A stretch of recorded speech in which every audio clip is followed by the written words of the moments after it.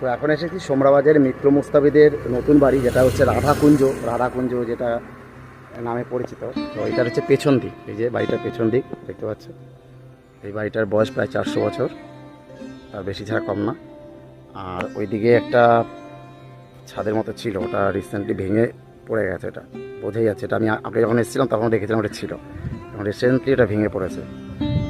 আর এই দিকটা এরকম, এখানে একটা দরজা দেখলাম, গ্রিলটা খোলা, তো ঢুকতে সাহস পেলাম না, কেউ কিছু যদি বলে।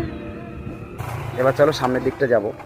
আর বলে রাখি, আকালের সন্ধানে মুভিটা শুটিং এখানে হয়েছিল, যেটা হচ্ছে মৃণাল সেন, মানে চিত্র পরিচালক মৃণাল সেন সেই মুভিটা পরিচালনা করেছিলেন। তোমরা যারা দেখোনি মুভিটা দেখে নিতে পারো। সামনের দিকে এসে গেছি, আর ওই যে দূরে আনন্দময়ী মন্দির দেখা যাচ্ছে, তো এটারও ভিডিও আমি অনেকবার পোস্ট করেছি। আর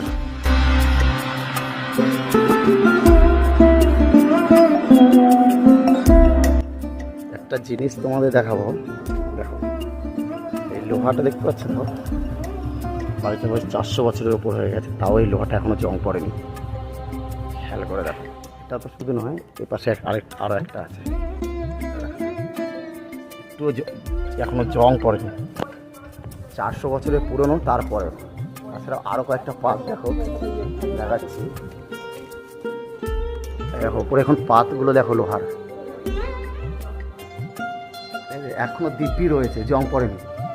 হ্যাঁ, এবার যেইটুকু এত বছর থাকার পরে যেইটুকু একটু একটু জং পড়া সেটুকু পড়েছে, কিন্তু 400 বছরে তো এটার চিহ্ন না থাকার কথা, সেখানে দেখো পুরো দিব্যি রয়েছে, দিব্যি একটুও জং পড়েনি। আর এখনকার দিনের যদি লোহা হতো, তাহলে 30-35 বছরের মধ্যে ওরা চিহ্ন খুঁজে পাওয়া যেত না।